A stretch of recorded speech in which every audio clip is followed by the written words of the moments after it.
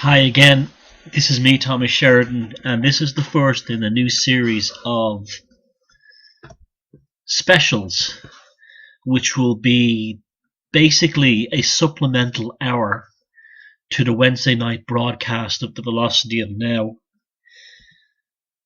Not necessarily sticking with the topics that the previous show has been about. I'm going to try and use the Wednesday night shows to basically deal with my current interest in mythology and archetypes, in particularly Northern European, Celtic, Norse, Saxon, and so on. And some people have said they miss my other streams of consciousness and other talks on the show. And so for that purpose, I've created this VoN ANNEX, which will be an occasional broadcast. It could be quite frequent some weeks. It could be not happen for a month at a time. But the idea is to give you the extra hour, to give me the extra hour to talk about the things I don't get to talk about during the Wednesday night show on realitybitesradio.com. And this will be exclusively uploaded directly to YouTube, my YouTube channel, Thomas Sheridan Arts. And so that's the title of this, is the VoN ANNEX. And this is number 1. And the date is the 11th of June 2015.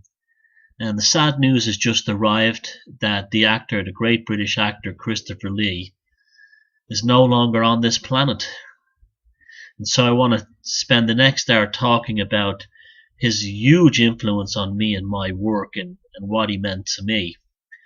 And along with Spike Milligan, the satirist, Christopher Lee was probably the main non-musical influence, popular cultural influence in my formative years, and remains right up until quite recently. I looked at the last of the very disappointing Hobbit films, the trilogy, and the last one, The Battle of the Five Armies. He has a brief short scene in the film, and although it's the best of the 3 films, which are generally disappointing compared to the original Lord of the Rings films where he played Saruman, his brief scene in this film as Saruman before he became a traitor and took the role of Sauron actually steals nearly the whole movie. It is one of the scenes in the film that doesn't have the slapstick comedy feel that the 3 Hobbit movies had. And that was the power of Christopher Lee's acting. He was different. There was nobody like him. He was completely unique. He could take a role and add a twist to it that was not apparent in the energy or the dialogue or the script of the rest of the movie.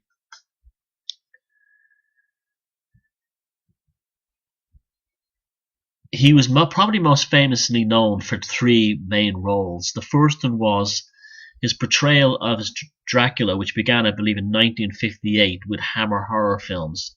Some of those films are tremendous masterpieces, not just in terms of horror movies, but they're beautifully shot.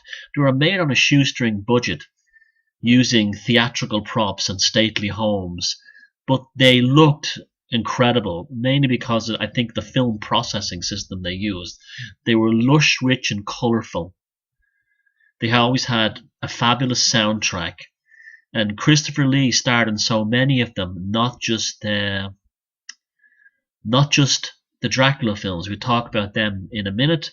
His other films would have been playing Lord Summerisle in The Wicker Man, opposite Edward Woodward, that classic British Lion film from 1973, which was a banner year for horror movies, in which he played the pagan revivalist Lord Summerisle on an island that had rejected Christianity and reverted back to a heathenistic way. Heathenistic ways that were portrayed very much on the Roman portrayal of the Celtic peoples as they were portrayed in Roman documentation, and this included the famous Wicker Man, amongst other things. a tremendous movie. Anyone who hasn't seen it, you're sorely lacking. I can't think of a film that has everything. Not only does it have everything's music, scary parts, funny parts, sexy parts, interesting parts, it also has an interesting story in that there was all controversies about the negatives being lost, parts of them being destroyed by Rod Stewart because they made Britt Ekland's bum look too big in the naked dance scene, and parts being found in a landfill somewhere that were restored. There are still several minutes missing from the movie, and I have the latest restored version, and there's still missing parts. And then finally, his portrayal of Saruman in the Lord of the Rings movies and in the Hobbit films, which was probably an incredible, bookmark ending to an unbelievable career. He really took that role and made it his own. And of course, he also had his heavy metal band, which came full circle when Tony Iommi of Black Sabbath gave him an award at a heavy metal conference for his work in promoting heavy metal.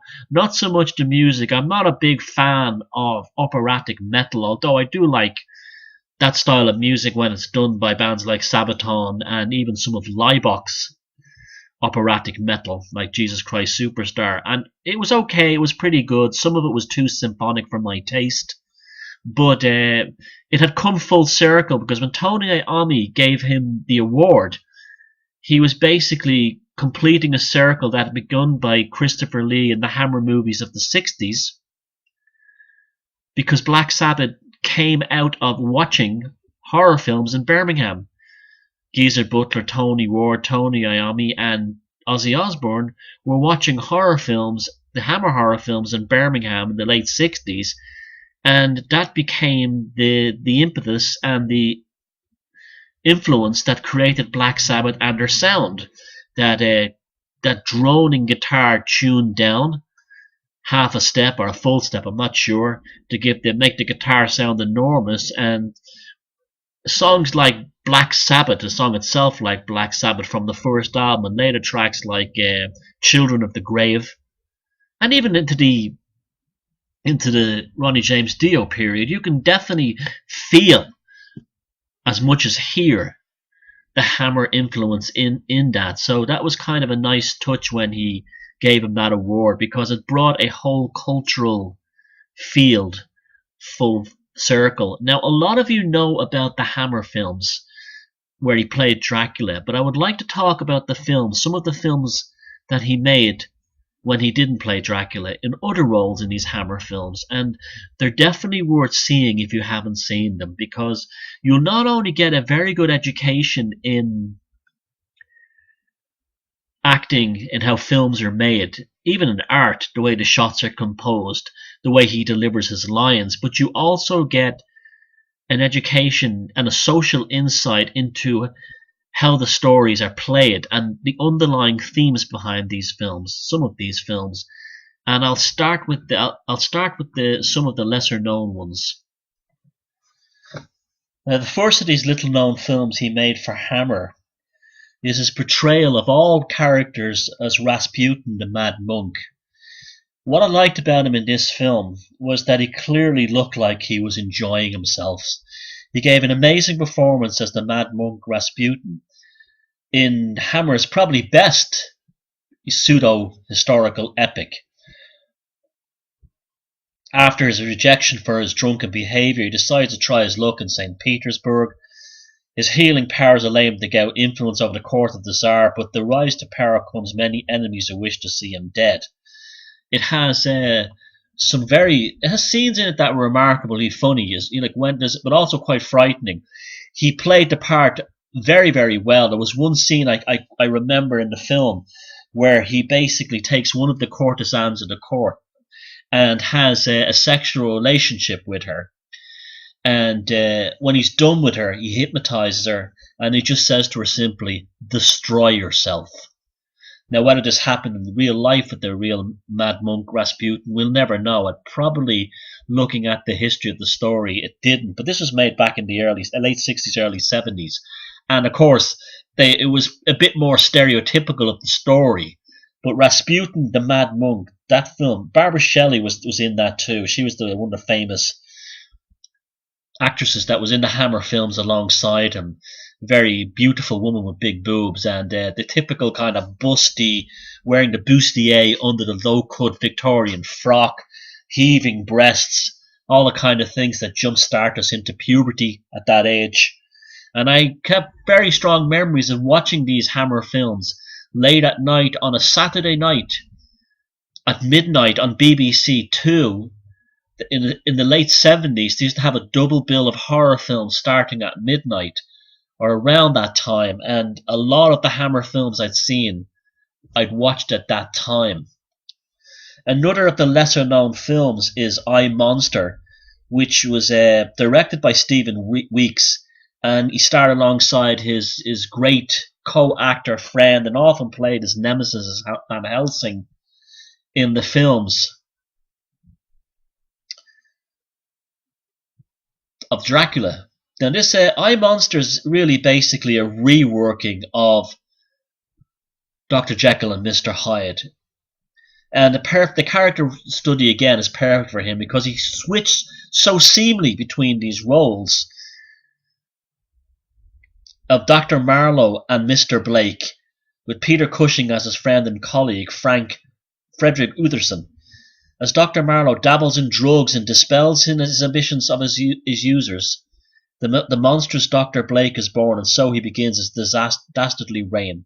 And this was originally a 3D film, a strange one for them to pick as a 3D film back then.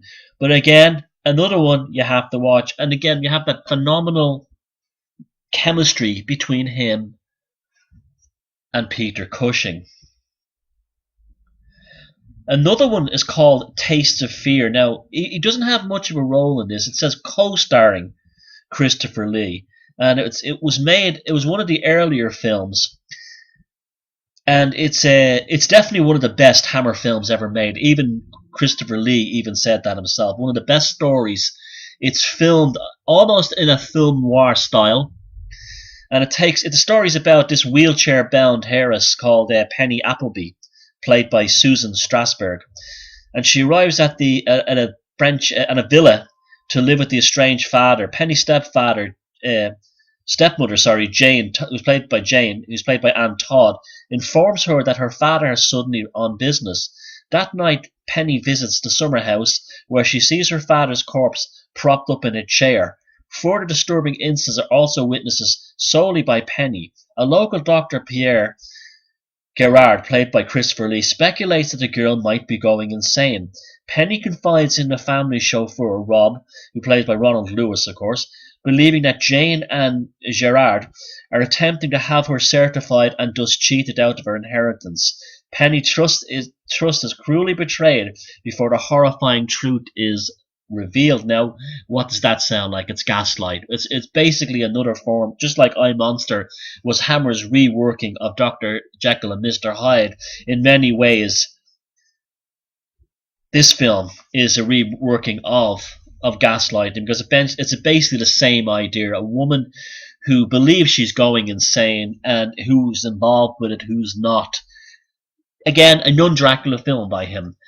And then, of course, we had She with the incredible-looking Ursula Andress and Peter Cushing and Christopher Lee. A kind of a slapstick aspect to this film is part of it. I think it's I can't remember the name of that English actor that was in it. Bennett, I think his name was. He was kind of a comedic TV actor. Basically, these three guys go across the desert to, it's very kind of British imperial days, the old kind of Rudyard Kipling kind of thing. And the three of them travel to this mysterious city after encountering this girl in Cairo or someplace like that, where they find a kingdom that's basically a cult, a death cult run by the incredibly beautiful Ursula Andress, or She Who Will Not Be Obeyed. Now, Christopher Lee's role in this is he plays the high priest. He's basically the cult facilitator. There's always the cult leader, and then the senior maggot underneath there who thinks that they're a special person within the cult, the classic story, like a Grim Wormtongue in the Lord of the Rings. But he's brought down to earth eventually when he realizes that he's just another minion of this psychopathic cult leader, she who will be obeyed. That's actually a beautiful film, a gorgeous soundtrack. They were clearly influenced by the David Lean film Lawrence of Arabia, and tried to capture that sort of wide vista, big soundtrack feel in She. Definitely a very good film worth to watch. Now, the satanic rites of Dracula. The tagline on the poster was "Evil begets evil on the Sabbath of the Undead." And Christopher Lee, again as the classic role of Dracula, play in his final appearance. I think this was like 73 as well. In the film, Count Dracula is the frontman for a satanic cult that uses research establishment and business firms as a cover in 1970s London. The Count and his followers plan to release a deadly strain of bubonic plague into the unsuspecting city streets, which will nearly destroy the entire human race. The malevolent Count is thwarted, however, by the dutiful Dr. Van Helsing, played again by the wonderful Peter Cushing, and Inspector Murray, who was played by Michael Coles, a famous British character actor. A great film that blows the whistle on all these aristocrats creating these deadly plagues in order to ransom governments. This is why they did it. They were a kind of a Bilderberger group who had basically through it's funny because it's very similar to a lot of the conspiracy theories we hear about. We have wealthy aristocrats and top business people conspiring with a satanic group to rise Dracula from the dead, who basically using useful idiots, young kids who start a joke. Well, one of them isn't a joke, but start a joke satanic coven in swinging London. It's worth it just to see the swinging London stuff. If you like those kind of 60s mod stuff, it's great for that. But these guys have basically conspired with the devil's emissary on earth, Christopher Lee. They're obviously cashing in on The Omen and films like that to hold the human race ransom with a bubonic plague that they had invented. Germ warfare, in other words, with a kind of a Bilderberger type operation. One of the earlier ones, Taste the Blood of Dracula, again has a fabulous poster. It's basically the boys' night out for the broady fun. The kind of old, basically it's a classic story. Chicks with low-cut dresses, Christopher Lee biting them. Now what I like about this one is the way it's filmed. There's distinct cinematic styles to many of the Dracula films, and this one has this vibe to it. It's the lighting is low and angular, projected from the side. When Christopher Lee as the Count himself appears, he's often lit from below. You have that crescendo of dramatic and scary music as the lighting appears on him, and he has that smile. You see, this is why he left those roles. It's because he didn't have an awful lot of dialogue in them, and he wanted to. His great ambition. And he said this when he visited Dublin about 10 years ago. He was given an award by University College Dublin for his lifetime achievements or something. But one of his great ambitions was to play the role of Count Dracula as the part had been written in the series of dialogue letters in the original novel by Bram Stoker. And this is the great. If there was a tragedy to his fantastic career, it was that the Dracula film was never made with the Bram Stoker dialogue. Who knows, maybe in future with digital technology or something and voice technology and CGI, maybe someone somewhere will buy the clips to many of his scenes and actually recreate Christopher Lee posthumously in the role of Dracula as Count Dracula according to the Bram Stoker original novel. That was Taste the Blood of Dracula, and it's one of those kind of rompy kind of ones.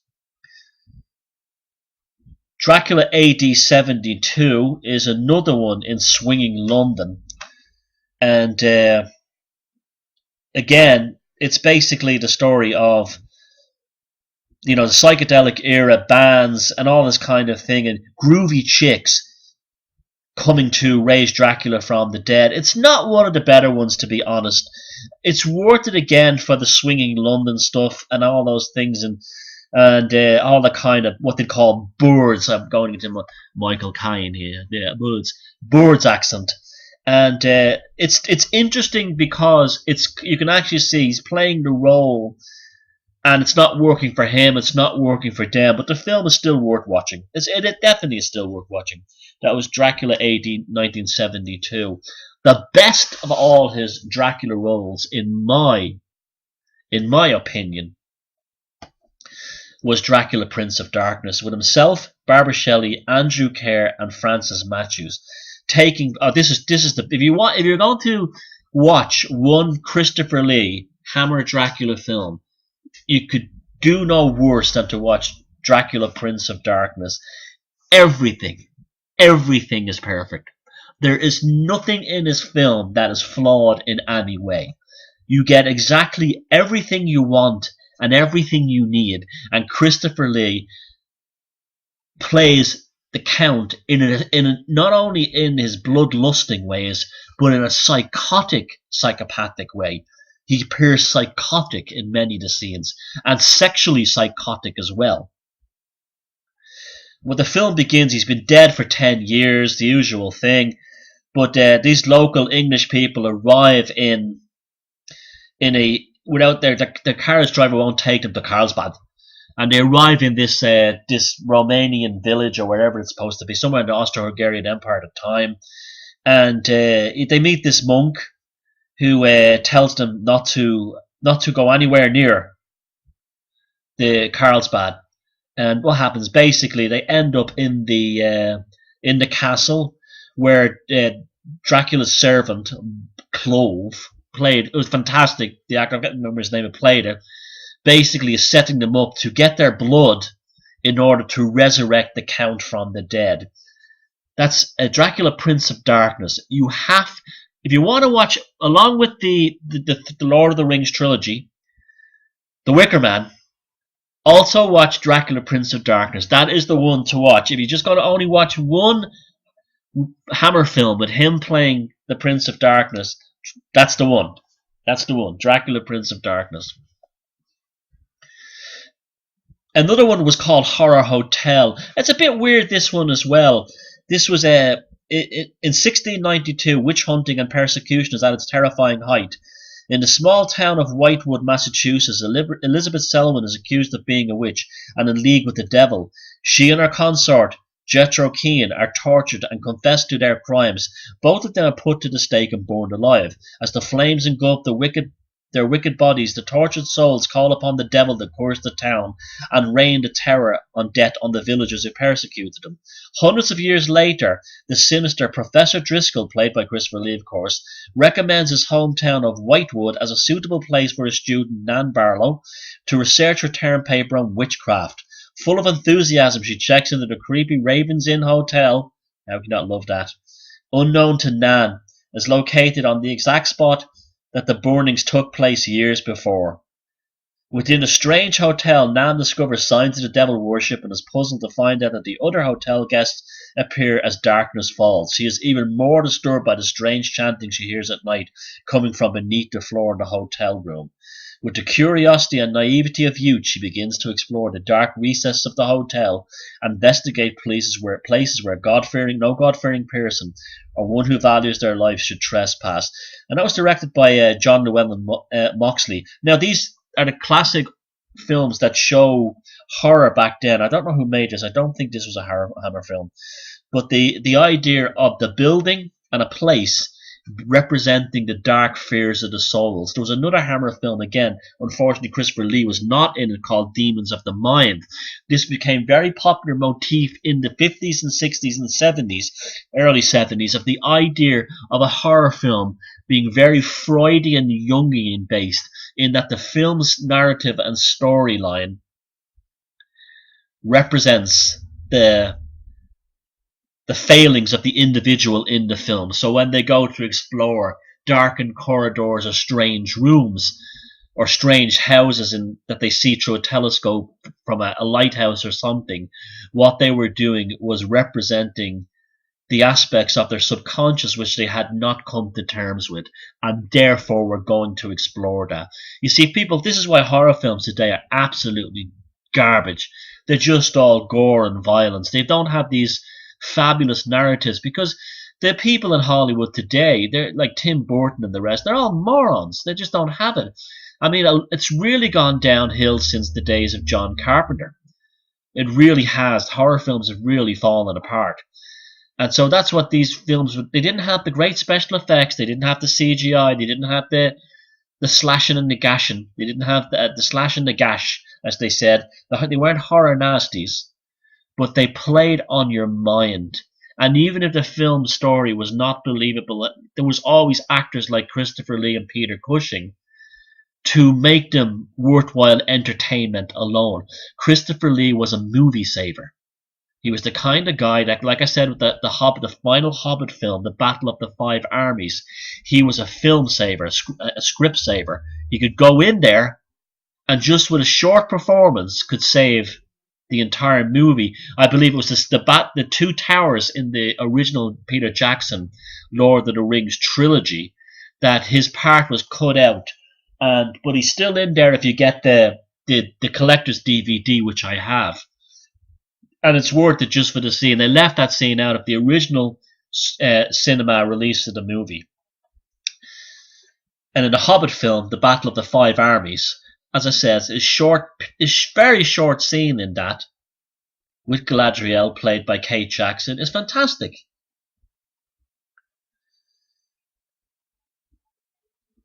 Horror of Dracula is one of the old ones as well, that had Peter Cushing and Michael Gough, and it was just basically a straightforward retelling of the Dracula story. Again, nothing like the book, but a typical kind of jaunt down the blood-sucking vampire route. The usual story: chick, gets taken by him, enters in as one of his women. And then the usual story, he's some guy he goes out to get the chick back. Nothing particularly challenging in terms of story, but in terms of psychology, what does Dracula represent? Well, he represents sex. He represents, and especially the Christopher Lee one, he represents sex big time. And when he bites the chicks, he is the bad boy appeal. And so they're always respectable ladies of the manor. They're all chaste ladies, and they've all got boyfriends and husbands called Nigel and Hector. And along comes this guy, and then they just take one look at him, and they're pulling back their dress, and they're surrendering sexually to him. When he sunk his fangs into Barbara Shelley, he was actually sinking his big langer, his big willy into her. That's what was really happening. And women were literally having orgasms in the cinema watching these scenes. And someone said years ago that you could always tell what kind of girl back in the 60s you were dating was to take her to see Christopher Lee as Dracula. If she lived in horror and terror of Dracula, she was either sexually frigid or sexually repressed. If she was fidgeting and gyrating in her seat as he sunk his fangs into Barbara Shelley while her bosoms heaved up and down in the camera, she was a goer, as they said. Oh, what innocent days those were. Scars of Dracula. The usual story again: a remote castle, load of trouble, a guy and a chick, and the same thing again. But what I liked about this one is that the guy is held prisoner. Dennis Waterman, who was an English actor, was in a famous British TV show called The Sweeney, and also Minder. And surprisingly, the guy can act, and he plays sort of like the young hero. And they do skirt pretty close to the Bram Stoker novel, in that he's held a prisoner in the tower. A film, again, is worth watching. Scars of... you can go wrong with none of them, really. You can't go wrong with none of them. And then there was my second favourite one after Dracula Prince of Darkness is Dracula's Risen from the Grave. And it is another default Hammer film made in the same way as the earlier ones, the mid-60s, with the early to mid-60s Hammer films, with the camera lighting down and projecting up. So the shadows project upwards. So the shadow is on the upper side of the nose, the upper side of the eyebrows, and projects under his chin and all the characters' chins. Again, a village in fear, a fearless priest forsakes his vows in the service of evil, so he becomes like a servant. His familiar, his Renfield kind of character. There's a young beauty's fall victim to this mysterious seducer, with each night brings the threat of death because Dracula has risen from the grave. This was the third film in the series, with but the Hammer series, and Christopher Lee was he was basically one of the earlier films he was enjoying it. It was later on with Dracula AD 72 and the rest of them, you could see he was starting to hate the role. In this one, he was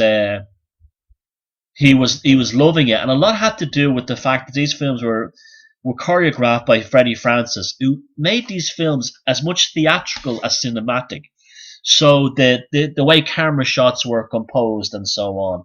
The final one of the films from the Hammer films I'm suggesting, and it is an extremely dark film, is To the Devil a Daughter, with Richard Widmark, who I believe was an absolute asshole on the set, and a very young Nastasia Kinski, who is, well, she's naked and having sex in the film. You would never, and she's underage, and you would never get away with that today.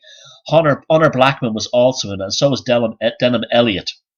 This film, it was made in 1973, the same year The Exorcist came out, and I have to tell you, even by today's standards, this film is shocking. This is not a film you sit down with the kids and watch.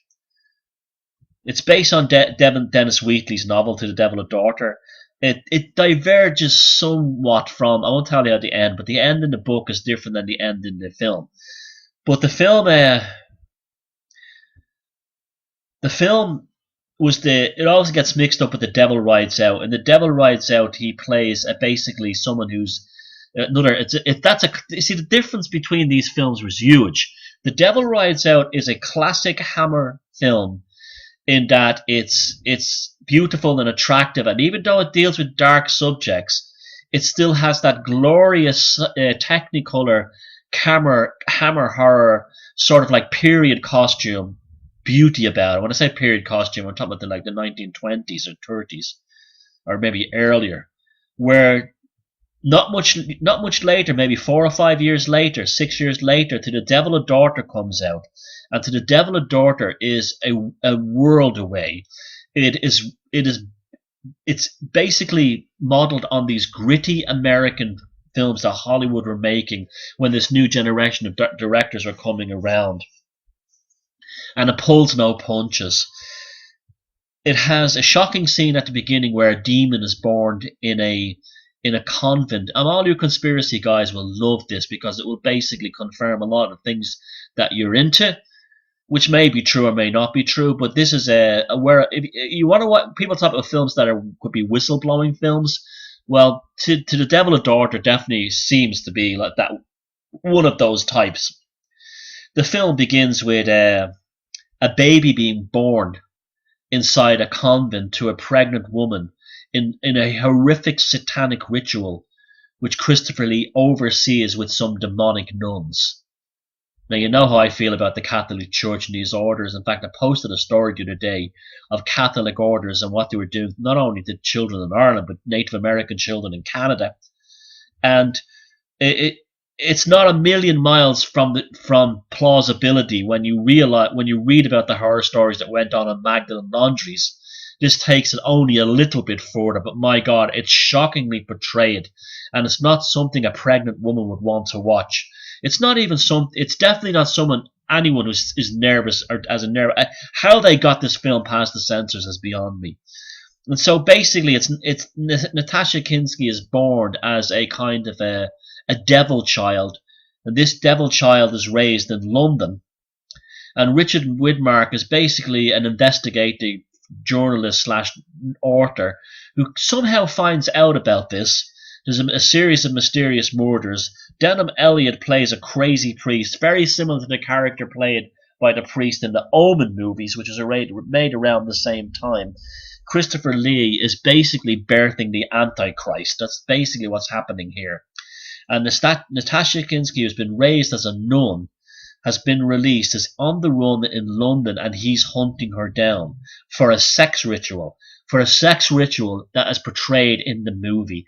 And like I said, we're talking about the adult Christopher Lee having sex with the underage Natasha Kinski. This is something you would never see today. And how they got away with it is beyond me. But that's The Devil a Daughter. Easily the most gruesome and the most disturbing of all the Hammer films. Like I said, Hammer never really got to grow up. Other than probably that film. By grow up, I mean change with the times. It is almost like a microcosm of the period. British cinema's last great leap into big box office numbers and capturing the public. After that, it was basically sex comedies and a few kung fu films, and James Bond films kept them alive. And speaking of James Bond, of course, we had the character of Christopher Lee in The Man with the Golden Gun, where he had the 3 nipples. He played the bad guy with the 3 nipples. And that was actually one of his most successful roles financially. He then went on to make The Wicker Man. Now, The Wicker Man was more than just a film where he played the part in it. The Wicker Man was basically a film that he was devoted to the finishing. You don't get actors like this anymore. You could have a huge amount of their career behind them and then go on to make a film like The Wicker Man and put their heart and soul and emotions, and even to the point where he went around America doing late night TV talk shows promoting the film himself. That's how much he cared about it. And there's a reason why he cared about The Wicker Man, which he starred opposite the fantastic Edward Woodward, who died in 2009, played Inspector Howie, and also there was Ingrid Pitt and Britt Ekland. And Paul Giovanni composed the beautiful soundtrack and even sings in one of the songs. Interesting story about Paul Giovanni. After the film was made, he basically vanished off the face of the earth. Now, in the film The Wicker Man is a beautiful film. Ultimately, it's a beautiful story of a policeman's unconditional concern for the safety of a child. That's what it's about. That's what the film is about. It's about nothing else. It's a very similar plot line to The Exorcist, which was made the same year, which the story of that film is 2 priests' unconditional devotion to a little girl who's been possessed by the demon Pazuzu, and trying to get the little girl unconditionally at any cost back to the mother. Sergeant Howie in The Wicker Man, his character played the same archetype. And that's what the film is about. It's about nothing else. Everything else around it, around the story, that was written by Anthony Schaefer, is just a fantastic embellishment of what's basically a story about human decency. The film starts off showing us that Sergeant Howie is basically a religious nut, probably a Calvinist who doesn't believe in sex before marriage and all this kind of thing. And then he flies out to the Western Isles on a single-engine aircraft with some beautiful scenes of the Scottish Islands to this place called Summerisle. He encounters the Lord Summerisle, who's the head of the island, and quickly comes to believe that the girl, Rowan Morrison, is being held for human sacrifice. And Summerisle is behind it because the crops didn't fail. It's a brilliant piece of detective work by Sergeant Howie. The character of Lord Summerisle, played by Christopher Lee, is brilliant. It's terrifying and funny. There's some great scenes in it where Howie goes over to his mansion and sees him sees these young women doing a fertility dance jumping over fire, and how he complains, they are naked. And Summerisle, Christopher Lee, comes back with a wonderful quip. Of course they're naked. It's much too dangerous to jump over a fire with your clothes on. And then when he leaves, he says, it's been a great honor to have met a Christian couple. And it just shows how it shows in a microcosm how Christianity and paganism fought on these islands. Unfortunately, it gives a negative portrayal of hedonism, but you could see that he relished the scene, did some fantastic singing, it must be said, and the film was magnificent. It was a sleeper for many, many years, rediscovered through American sort of like late night or obscure TV stations, local regional stations, and exploded back into the public consciousness by the mid-80s on, as video cassettes became more and more common. Christopher Lee has maintained there was a conspiracy to shut the film down. He has maintained that the forces outside the film world had conspired to make the film reach the smallest audience possible, and even were complicit in the removal and destruction of the original print, which was dumped in a landfill somewhere off a motorway in England, eventually recovered and restored, but still sections of it are missing. And you do wonder about the disappearance of Paul Giovanni, and many of the people involved in it went on to have little or no careers, or great careers, such as Edward Woodward, who went on to become the Equalizer. But there is some weird stories surrounding it. The film itself has passed on into legend, quite rightly. A horrible follow-up called The Wicker Tree was made a few years ago. Slash your wrists before you would go to see it. It's truly an appalling version. And then there was the classic Hollywood remake. When I say classic, I mean classic in the fact that Hollywood had to do it. Their classic trait. They can't leave an original great alone, and they have to actually destroy it with their own version. Was The Wicker Man with Nicolas Cage, which is rubbish. In fact, many people think that film is great and don't even know about the original 1973 British Lion version. And then that was Christopher Lee, was, in other films as well, like the James Bond film, and always, like the great Peter Cushing, Hammer did not pick dud actors. They just didn't. And so today, the 11th of June 2015, his family have announced that Christopher Lee is no longer with us on this planet, that he actually died on Sunday, and quite rightly, they kept it all quiet so the family could deal with the grieving process before the hysteria broke loose. Ironically, and not a hysteria, but I'm probably part of this due by making this. But I'm glad this is the first VoN ANNEX special, because it's important that I talk about these films and this man and his work and the huge influence it's been on me. And people say, well, not a bit weird, a guy who plays monsters and Dracula. All the poofeth all saying that's a bit weird. It's a bit satanic and dark of me. But if you paid any attention to my work, you will know that I'm a great believer in exploring the shadow side of both humanity through the collective consciousness and also the shadow side of ourselves. And horror films once upon a time did this, and actors such as Christopher Lee once upon a time did this. And perhaps he even did that with his heavy metal career. He was a great fan of genealogy, and he came from a well-to-do family, I believe Venetians, black nobility. And I can see them all screaming Illuminati now. I don't care. Nobody cares. We judge a person by their work. Anyone who met him said he was a perfect gentleman. On top of that, he discovered that he was a direct descendant of Charlemagne, one of my sworn enemies.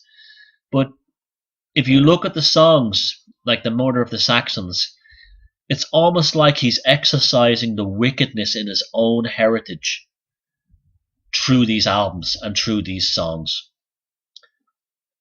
And that's how I felt about it when I heard them. Charlemagne was a nasty piece of work, and he was also a giant of European history. But the Carolingian Empire was not a very nice empire, and the massacre of the Saxons was an appalling human rights and act of murder and bigotry and genocide and religious intolerance. And Charlemagne ordered this. And that was his ancestor. And I believe those albums that he made, particularly the songs and the records and the lyrics about Charlemagne, are very much him acknowledging, exploring the dark side of his family heritage. So his whole life, Christopher Lee's whole life, would have made Carl Jung proud. May have made Joseph Campbell proud, in that all these archetypes he played, from Dracula to his confessionals as a heavy metal Charlemagne, was an ongoing exploration of the dark side, perhaps of himself, perhaps of people he knew, but most certainly the dark side that is contained in all of us. We all have darkness in our past, we all have secrets in our past, and we all have family secrets.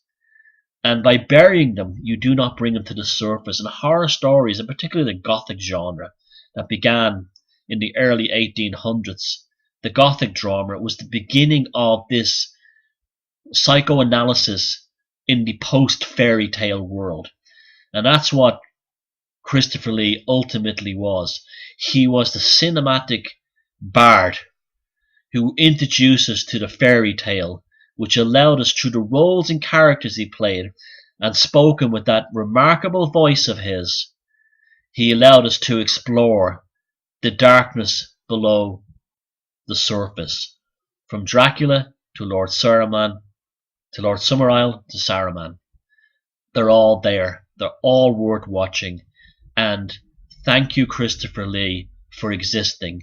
And thank you all for listening to this, of the first of the VoN ANNEX shows. I hope you enjoyed it, and I hope we'll do more in the future. I certainly enjoyed it. I'm feeling a bit quite sad here. I haven't felt this sad since the passing of Spike Lee. Since I always say that. Spike Milligan. I don't know why that happens. But that's how I feel. That's how I feel right now. And I'm sure many of you listening to this do as well. So Christopher Lee has met the Wicker Man himself, and the world is a much better place for having him among us. Thank you.